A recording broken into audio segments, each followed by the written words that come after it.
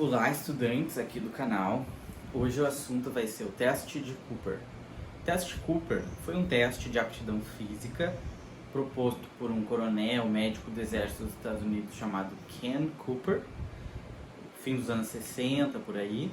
No início ele é usado só nas forças militares do exército ali, e depois ele foi se popularizando para várias populações, porque ele é um teste muito fácil de aplicar.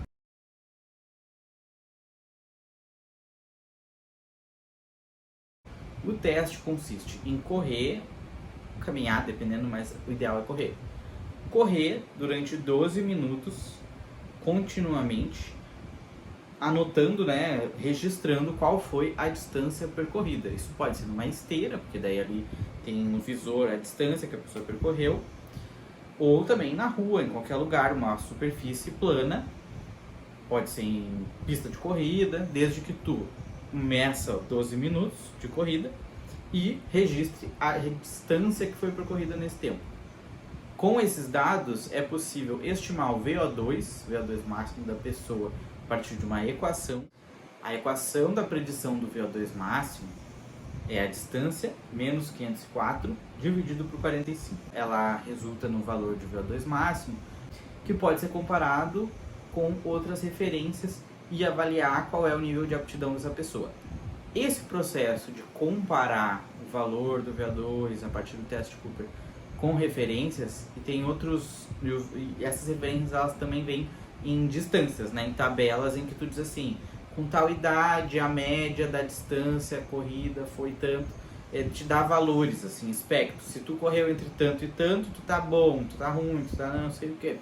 Se tu for homem, se for mulher, essas tabelas que fazem essas referências, para mim são uma forma de embutir algumas questões sociais na fisiologia do exercício, digamos assim, tá? É uma armadilha comparativa que deve ser tomada com certo cuidado. Por quê? Porque quando tu faz essa tabela, tu não consegue distinguir exatamente se ela está expressando, né, uma questão puramente fisiológica ou uma questão fisiológica mais social. Na verdade, não existe nenhuma questão fisiológica sem ser social. Essa é a questão. Mas muitas vezes as premissas dentro dessas comparações fisiológicas é de ignorar a biofisiologia, né, a biopsicossocial fisiologia, assim, que compõe as pessoas. Então, essas comparações com tabelas é que devem ser tomadas com cautela. Mas o teste, por si só, é um bom teste, é um teste fácil, é um teste que tu pode repetir depois de um tempo para ver se tu mudou, né? Mesmo que tu não use nenhuma referência externa, não precisa utilizar, tu pode só comparar se teve uma modificação ao longo do tempo, tu pode comparar ao longo de anos para ver, olha, quando eu tinha tanta idade, eu fiz tanto no teste Cooper, agora passou um tempo, eu tô diferente, para tu entender o que está acontecendo contigo mesmo. Então, eu acho o teste de Cooper muito interessante, por ele ser fácil de aplicar, tem referências quando é necessário, se por alguma razão for interessante, tem uma maneira de estimar o VO2 máximo, então é um teste legal, é bom saber, e quando quiser fazer, daí é só lembrar, registrar 12 minutos, tentar manter uma velocidade mais ou menos constante, então é interessante tu fazer esse teste depois que tu já fez algumas corridas, caminhadas, para ver qual vai ser essa velocidade. Por exemplo, na esteira, se tu já caminha na esteira, tu já tem uma noção quanto tempo tu consegue caminhar, tal velocidade.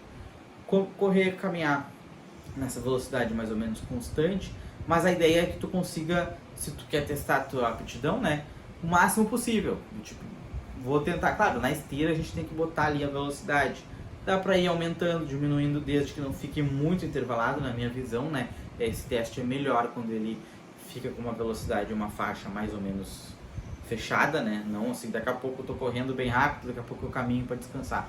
Isso daí eu acho que talvez não reflita muito bem o objetivo do teste. E eu anotaria também essa velocidade. No caso de tu estar na esteira, que tu consegue saber a velocidade, também é um dado a mais que pode ser legal de saber. Se tu tá correndo na rua, assim, talvez tu não vai saber exatamente essa velocidade, né? Então, aí tu vai no instinto ali, tô correndo mais ou menos rápido, vou correr 12 minutos. Daqui a pouco também correr, reduzir a velocidade para Recuperar não é de todo ruim, desde que não fique, como eu falei, tipo intervalado assim. Mas é legal de fazer e descobrir. Existem outros testes similares, mas esse é um bastante conhecido, o teste de Cooper. Então esse foi o assunto de hoje. Como sempre, curtam, compartilhem, comentem se já fizeram o teste de Cooper, o que vocês acham sobre isso. Até o próximo vídeo.